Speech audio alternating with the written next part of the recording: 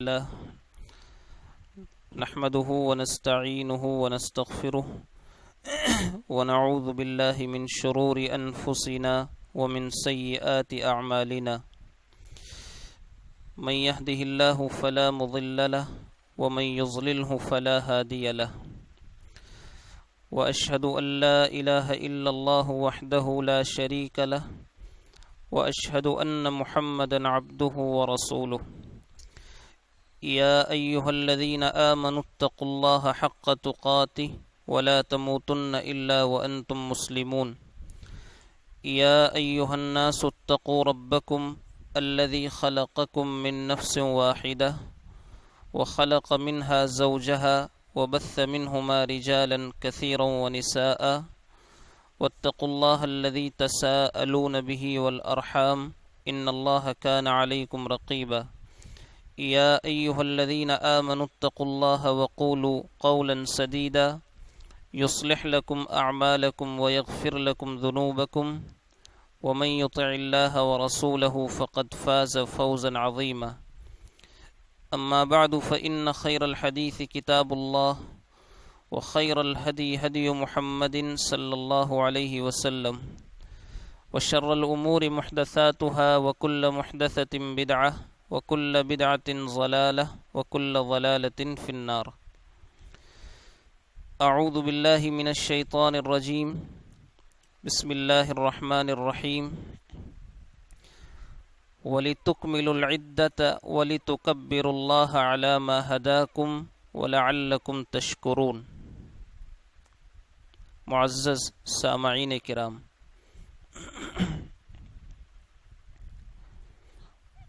قرآن کریم کی اس آیت کریمہ میں اللہ تبارک و تعالی نے ہمیں ایک حکم دیا ہے، اور وہ حکم کیا ہے؟ اللہ نے ارشاد فرمایا وَلِتُكْمِلُوا الْعِدَّةَ، کہ جب گنتی کے یہ دن مکمل کر لو،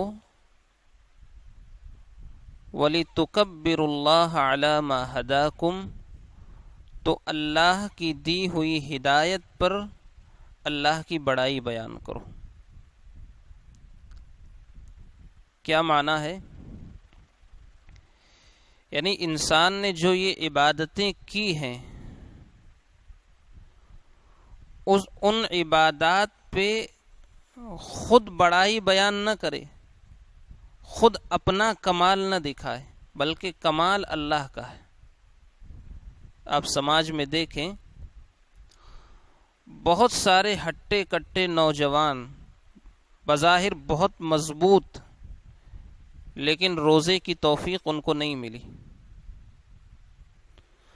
اور بہت سارے ایسے لوگ بھی جو بیمار، کمزور، لیکن انہوں نے روزے رکھے،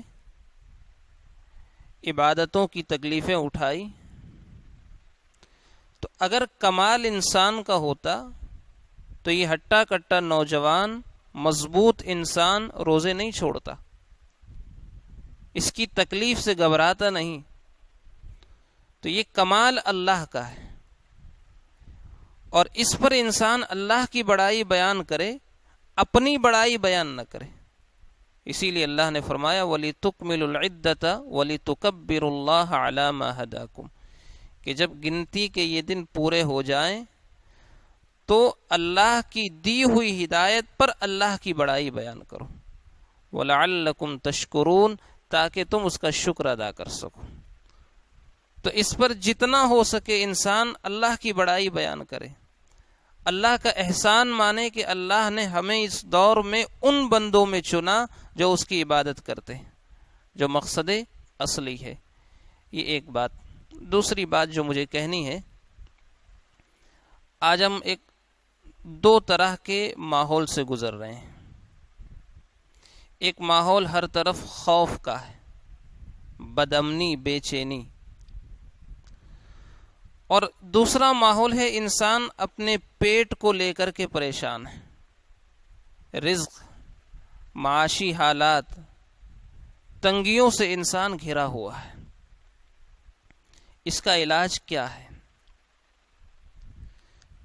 جہاں انسان دنیاوی تدبیریں اختیار کر رہا ہے وہ تو کرے، شریعت اسباب اختیار کرنے سے روکتی نہیں ہے. اپنے تحفظ کے لیے، اپنے بچاؤ کے لیے شریعت ہمیں نہیں روکتی، لیکن اصل جو علاج ہے، اصل جو تدبیر ہے وہ کیا ہے، جس سے ہمارا یہ خوف کا ماحول بھی ختم ہو اور بھوک کے جو مسائل ہیں، انسان کے رزق اور انسانی زندگی میں معاشی حالات کی جو پریشانیاں ہیں وہ کیسے دور ہوں. قرآن کریم کی ایک چھوٹی سی سورت جو تقریباً تمام لوگوں کو یاد ہے. اللہ نے فرمایا لإیلاف قریش ایلافہم رحلۃ الشتاء والصیف. پھر آگے کیا کہا؟ فَلْيَعْبُدُوا رَبَّ هَذَا الْبَيْتِ، اس گھر کے رب کی عبادت کرو. وہ رب نتیجے میں کیا دے گا؟ یعنی وہی دیتا ہے اور کوئی نہیں دے گا. آپ دنیا سے امیدیں نہ لگائیں کہ وہ آپ کے لیے نوکریوں کے مسائل کو حل کر دے گا. جب تک وہاں سے آرڈر نہیں ملے گا زمین والے کچھ نہیں کر سکتے. اللہ نے کیا فرمایا؟ وَفِي السَّمَاءِ رِزْقُكُمْ، تمہارا رزق آسمان میں ہے. وہاں سے اترے گا تو زمین پہ ملے گا، وہاں سے اترے گا ہی نہیں تو زمین پہ انسان دے گا کیا؟ ٹھیک ہے، تو فرمایا فَلْيَعْبُدُوا رَبَّ هَذَا الْبَيْتِ، اس گھر کے رب کی عبادت کرو. الَّذِي أَطْعَمَهُم مِّن جُوع، جو بھوکوں کو کھلاتا ہے. وَآمَنَهُم مِّن خَوْف، اور خوف دور کر کے امن دیتا ہے. یعنی اس صورت میں ایک اشارہ ہے کہ بھوک اور خوف کو دور کرنے کے لیے اللہ کی عبادت ضروری ہے. اللہ کی عبادت جب تک نہیں ہوگی، اس آسمان سے جہاں اللہ نے رزق کے خزانے رکھے ہیں وہ اتریں گے ہی نہیں. اور جب تک زمین پر آسمان سے رزق کے خزانے نہیں اتریں گے اس وقت تک انسان آپ کو کچھ نہیں دے سکتا. اسی لیے آپ دیکھیں بہت سارے بڑے بڑے ممالک ہیں،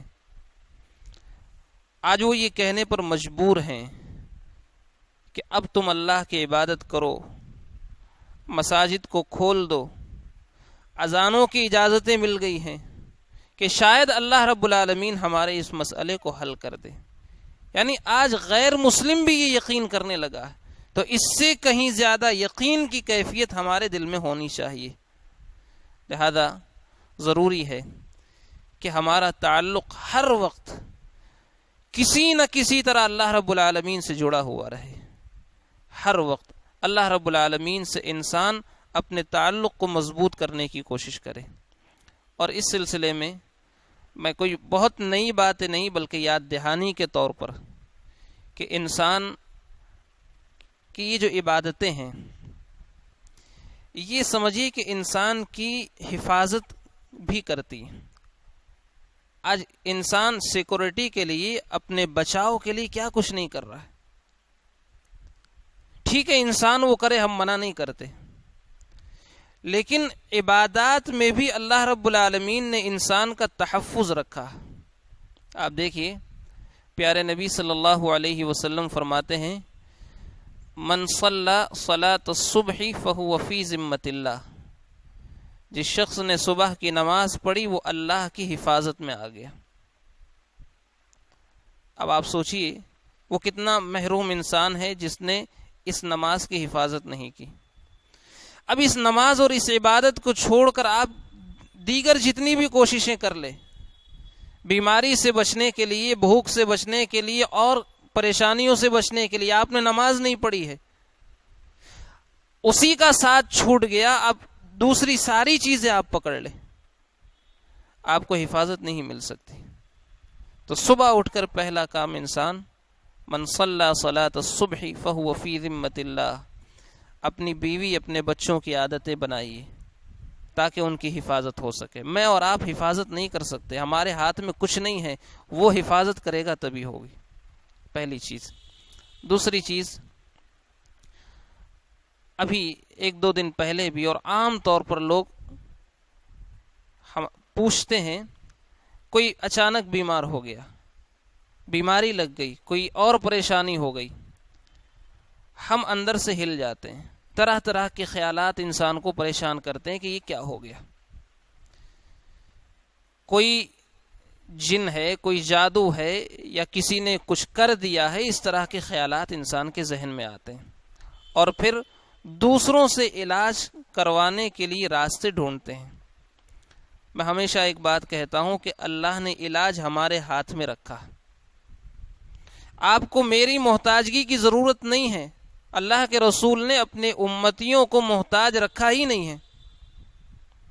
اور وہ علاج کیا ہے؟ خاص طور پر زندگی کا ایک حصہ بنا لیجیے، صبح اور شام کے جو اذکار ہیں انہیں پڑھتے رہیے۔ یہ وقت نہیں ہے کہ ایک ایک ذکر کا میں معنی اور اس کی فضیلت بیان کروں۔ صبح اور شام کے اذکار میں 10 منٹ سے زیادہ نہیں لگتے، لیکن وہ فضیلت اللہ نے رکھی۔ دنیا کا کوئی شر، کوئی برائی اور کوئی بیماری ایسی نہیں ہے جس کی حفاظت کے لیے ان دعاؤں میں پناہ نہیں مانگی گئی۔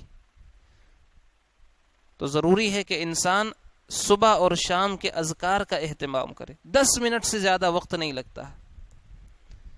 اسی طرح سے ہر نماز کے بعد جو اذکار ہے آپ غور کر لیجیے، 3 منٹ سے زیادہ وقت نہیں لگتا جو مکمل اذکار ہے۔ یعنی اپنی حفاظت کے لیے ہم 3 منٹ نہیں دے سکتے۔ تو صبح اور شام کے اذکار کا اہتمام اپنی حفاظت کے لیے۔ اسی طرح سے آدمی جب گھر سے نکلتا ہے، پیارے نبی صلی اللہ علیہ وسلم نے فرمایا کہ جب آدمی یہ دعا پڑھ کے نکلے، بسم اللہ توکلت علی اللہ لا حول ولا قوت الا باللہ، اس کے بارے میں 3 باتیں کہی جاتی ہیں، ہدیت و وقیت و کفیت، کہ اللہ نے تجھے ہدایت دے دی، گمراہ نہیں ہوگا، اللہ تیرے لیے کافی ہے، کسی اور کی ضرورت تجھے نہیں ہے، وہ وقیت، اور اللہ نے ہر شر سے تجھے بچا لیا جب بھی انسان نکلے۔ اسی طرح سے رات میں سوتا ہے۔ آج اب اخبارات کو پڑھیں، چوری ڈکیتی یہ واقعات اب بڑھتے جا رہے ہیں، اس لیے کہ جتنی زیادہ بھوکمری بڑھے گی، جتنی زیادہ مسائل اور پریشانیاں بڑھیں گی، کبھی کبھی انسان اپنی پریشانیوں کے حل کے لیے غلط راستے اپناتا۔ تو اب ان شرور و فتن سے بچنے کے لیے آدمی کیا کرے؟ آج کوئی پرسان حال کسی کا نہیں ہے، کوئی سننے والا نہیں ہے، کیا کرے آدمی؟ پیارے نبی صلی اللہ علیہ وسلم فرماتے ہیں کہ جو آدمی رات کو سوتے وقت سورۃ البقرہ کی آخری 2 آیتیں پڑھ لے، یہ 2 آیتیں اس کے لیے کافی ہیں، پڑھ کر سو جائے انسان بے فکر، کسی اور چیز کی انسان کو ضرورت نہیں، اللہ رب العالمین حفاظت کے لیے کافی۔ آپ کے پاس گھر میں مال پڑا ہوا ہے، ڈر ہے چوری نہ ہو جائے، آپ نے فرمایا آیت الکرسی پڑھ لے، اللہ ایک فرشتہ مقرر کر دیتا ہے جو انسان کی حفاظت کرتا ہے۔ تو ان سارے اذکار کا انسان اہتمام کرے۔ ایک چیز اور مجھے بتانی ہے، آج کل جو حالات اس وقت بیماریوں کے چل رہے ہیں، ایک پیغام مسلمانوں تک پہنچانا بہت ضروری ہے۔ کتنے ہی حالات خراب کیوں نہ ہو، جن حالات سے نکلنے کے لیے بظاہر انسان کے پاس کوئی امید نہ ہو، کوئی راستہ نہ دکھے، لیکن اللہ سے کبھی بدگمان نہ ہو، کبھی انسان بدگمان نہ ہو، اس لیے کہ اللہ رب العالمین انسان کے ساتھ ویسا ہی سلوک کرتا ہے جیسی انسان کی سوچ ہوتی ہے۔ اگر میں نے یہ سوچ لیا کہ اب ہمارے شہر میں یہ بیماری اور بڑھے گی اور پھیلے گی، یہ فقیری، یہ پریشانیاں، یہ تنگ دستیاں اور بڑھتی جائیں گی، ہمارے یہ جملے ہماری اس سوچ کے مطابق ہی اللہ فیصلہ کرتا ہے۔ اللہ کے نبی صلی اللہ علیہ وسلم فرماتے ہیں، حدیث قدسی ہے، انا عند ظن عبدی بی، اللہ کہتا ہے کہ میں اپنے بندے کے ساتھ اس کی سوچ کے مطابق ہی معاملہ کرتا ہوں، جیسی وہ سوچ رکھے گا ویسے ہی سلوک کروں گا۔ تو انسان ہمیشہ یہ سوچ رکھے، ہمیشہ اس کی زبان سے یہ جملے نکلیں، اللہ اچھا کر دے گا، اللہ خیر کا معاملہ کرے گا، اللہ اس وبا اور مصیبت کو دور کر دے گا۔ ہمیشہ اس سوچ کو انسان اپنے ذہن میں رکھے اور جو آدمی اس طرح کے جملے کہے اس کی بھی اصلاح کرے. اس لیے کہ ٹھیک ہے ہمیں راستے نہیں دکھ رہے ہیں کہ یہ پریشانیاں کب دور ہوں گی، اللہ کے پاس تو راستے ہیں نا. اللہ رب العالمین تو محتاج نہیں ہے نا. لہذا انسان اللہ کے ساتھ ہمیشہ اچھا گمان رکھے، اپنی سوچ کو ہمیشہ انسان بہتر سے بہتر بنانے کی کوشش کرے. باتیں اور بھی بہت ساری ہیں لیکن یہ 2-3 باتیں تھیں. ایک تو انسان اذکار کا اہتمام کرے، دوسرا انسان اللہ کے ساتھ اچھی سوچ رکھے. اللہ نے جو ہدایت دی نیکیوں کی، انسان اس پر اللہ کی بڑائی بیان کرے. اور خوف، بھوکمری اور جتنی پریشانیاں ہیں ان مسائل کے حل کے لیے جہاں انسان تدبیریں اختیار کرے، وہیں ایک تدبیر یہ بھی ہے کہ اللہ کی عبادتیں انسان خوب کرے. اسی طرح سے توبہ اور استغفار کا اہتمام بھی ہو.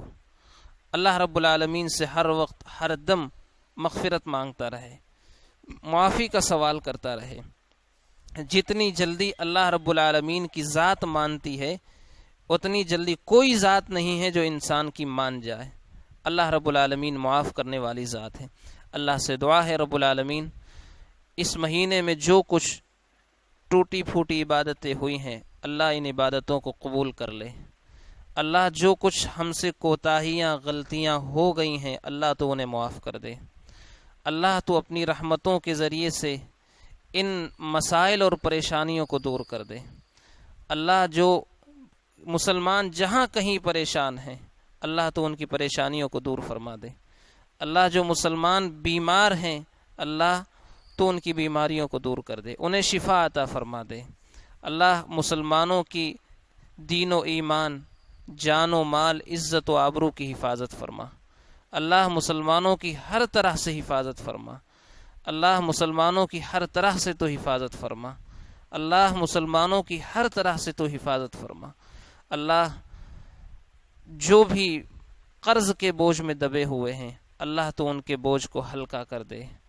اللہ تو ہم سب کو جب تک زندہ رکھ دین و ایمان پر استقامت عطا فرما. جب موت دے ایمان پر دے. اللہ جو صاحب اولاد ہیں اللہ تو ان کی اولاد کو نیک بنا. اللہ جو صاحب اولاد نہیں ہیں اللہ تو ان کو نیک اولاد عطا فرما. صالح اولاد تو انہیں عطا فرما. اللہ مسلمانوں کو پریشانیوں سے آزاد کر دے. اللہ تو اپنے گھروں کو اپنے بندوں کے لیے کھول دے، اپنی عبادتوں کے لیے کھول دے. اللہ تو ہم سے راضی ہو جا. اللہ تو ہمیں اپنے غصے اور اپنے قہر سے بچا لے. اللہ مرنے کے بعد تو ہمیں جنت دے، قبر کے عذاب سے، جہنم کے عذاب سے اللہ تو ہم سب کی حفاظت فرما. وآخر دعوانا ان الحمد للہ رب العالمین. تقبل اللہ منا ومنکم والسلام علیکم ورحمۃ اللہ وبرکاتہ. نحمده ونستعینه ونستغفره ونعوذ باللہ من شرور انفسنا ومن سیئات اعمالنا. من يهده الله فلا مضل له ومن يضلله فلا هادي له. وأشهد أن لا إله إلا الله وحده لا شريك له وأشهد أن محمدا عبده ورسوله. يا أيها الذين آمنوا اتقوا الله حق تقاته ولا تموتن إلا وأنتم مسلمون. يا أيها الناس اتقوا ربكم الذي خلقكم من نفس واحدة وخلق منها زوجها وبث منهما رجالا كثيرا ونساء واتقوا الله الذي تساءلون به والأرحام إن الله كان عليكم رقيبا. يا أيها الذين آمنوا اتقوا الله وقولوا قولا سديدا يصلح لكم أعمالكم ويغفر لكم ذنوبكم ومن يطع الله ورسوله فقد فاز فوزا عظيما. أما بعد فإن خير الحديث كتاب الله وخير الهدي هدي محمد صلى الله عليه وسلم وشر الأمور محدثاتها وكل محدثة بدعة وكل بدعة ضلالة وكل ضلالة في النار. أعوذ بالله من الشيطان الرجيم. بسم اللہ الرحمن الرحیم وَلِتُكْمِلُوا الْعِدَّةَ وَلِتُكَبِّرُوا اللَّهَ عَلَى مَا هَدَاكُمْ وَلَعَلَّكُمْ تَشْكُرُونَ۔ معزز سامعین کرام،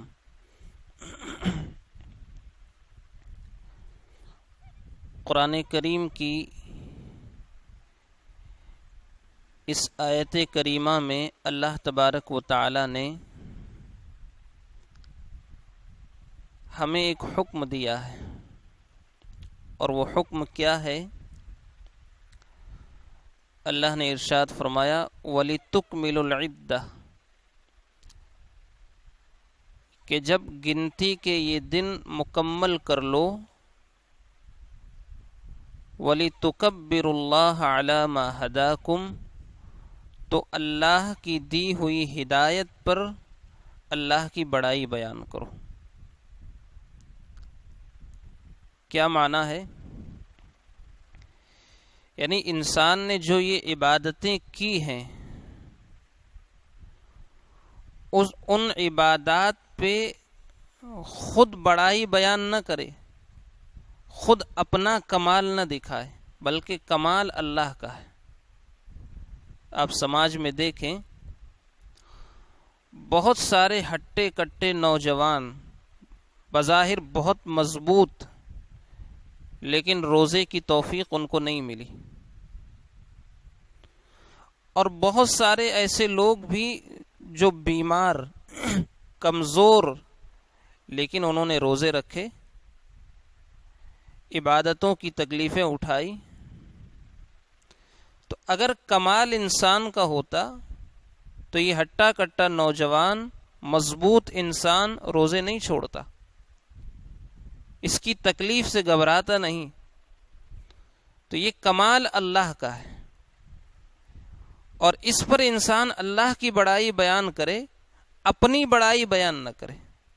اسی لیے اللہ نے فرمایا وَلِتُكْمِلُوا الْعِدَّةَ وَلِتُكَبِّرُوا اللَّهَ عَلَى مَا هَدَاكُمْ، کہ جب گنتی کے یہ دن پورے ہو جائیں تو اللہ کی دی ہوئی ہدایت پر اللہ کی بڑائی بیان کرو، وَلَعَلَّكُمْ تَشْكُرُونَ، تاکہ تم اس کا شکر ادا کر سکو۔